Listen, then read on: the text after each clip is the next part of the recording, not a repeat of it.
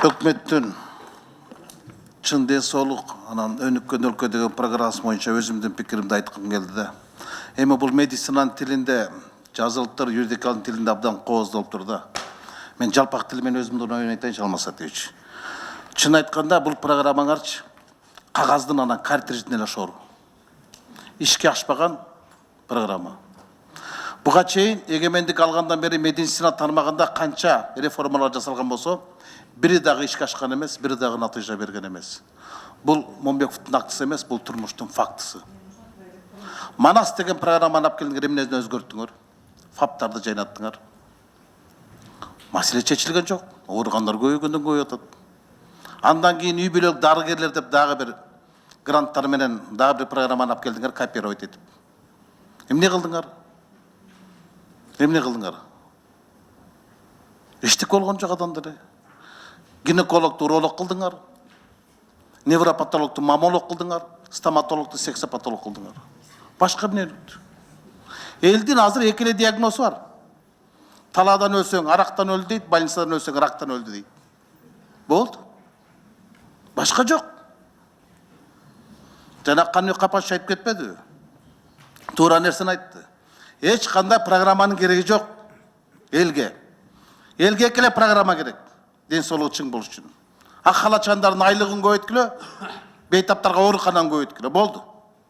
Эл өзү эле оңолуп кетет. А силер оңой иштеп, тескерче тонуп атсыңар. Кайсы программа ишке ашты? Мына Алтын Сейитбеков менен өткөн Талас областына сапарлашмай барып келдик. 300 орунду 85-жылы салынган 3 кабаттуу больница, оорукана турат. Министр билбейт, барган эмес. А биз жаңы больница сала албай атабыз.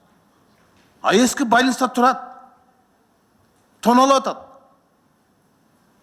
А буларга реформа, программа, акча. Бул программа таза коомго 40 кадам деген программаны алкаганда кабыл алынган, урматтуу кесиптештер, урматтуу чакырылгандар. Мен ошол мурунку өкмөт алып келген бул таза коомго 40 кадамдар. Кыргыздар. Кыргызда 40 деген санга өзүнчө аяр мамиле жасайт. Мусулманчылыкта да, кыргызда да адам өлгөндөн кийин 40 күндөн кийин ашын берет. Сөөктү жерге бергенден кийин 40 кадам баскандан кийин Куран окуйт. Чечендер жакындар өсө 40 күнгө чейин сакал бурутун албайт. Кыргыздарда каада салтты кастарлап 40 жашын белгилебейт. Кырсыктап калам деп. Бул кызык сан эмес, бул кырсык сан. Мына 40 кадам деп программа алды. Эмне болду? Ошонун башында турган өкмөт эмне болду? Кырсыктады? Кырсыктады. Чындык бекен? Чындык экен. Ошол 40 кадамды алып барган өкмөттө бирөө калды. Бүт тазаланды, же болбосо жазаланды. Ошондо мамиле кылганда да мындай кыргыздын каада салты менен мусулманчылыкты эске алып туруп ат коет да 40 кадам деп. Мен баштан эле билгем бул 40 кадам деген алыска барбасын. Анткени кырсыктуу кадам. Мына башталганда эмне болду? Мен сыйлаган, өтө урматтаган, Кыргызстандын келечегинен көп үмүттөндүргөн Темир Курмангазович кырсыкка учурады. Дүйшөнбек Зиралиев вице-премьер. Тоже кырсыкта бүгүн суралып атат.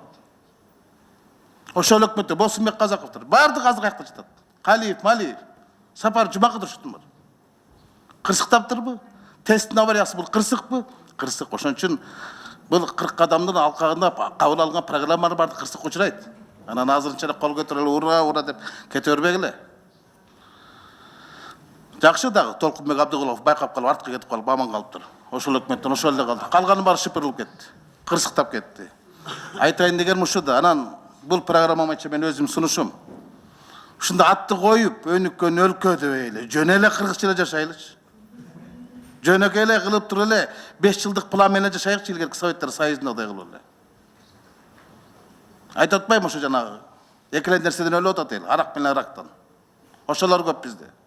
Мына жакында Аравиядан келди, 26 миллион калкыбыз бар.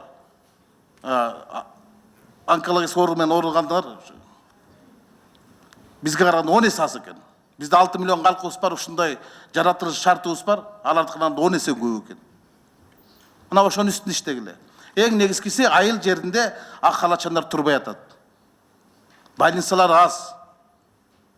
Айлыктарын көбөйткүлө. Анан пенсиялар жана башында айтып кетти, пенсиялар айлык барсаңар 60 жаштагы апалар 40 жыл медсестра болуп иштеп 6000 пенсия алат экен. Баласы 40 жашта. 20 жыл милицияда иштеген, анда да охранада иштеген да. Курица, нептис, охрана, не милиция дегендей. Апасынан 2 есе пенсия көп алат. Апасы 40 жыл иштеген, баласы 20 жыл иштеген. Ушул адилеттикпи? Көбөйткүлө врачтардын пенсиясын. Ошончолук патриоттук экенсиңер. Мугалимдердикин көбөйткүлө. Ошол программа кете турган акчанын бардыгын акалатчандардын айлыгы менен пенсиясын көбөйтсөңөр, ошондо өнүккөн өлкө болосуз. Бул мен сунуштумду айттым. Рахмат.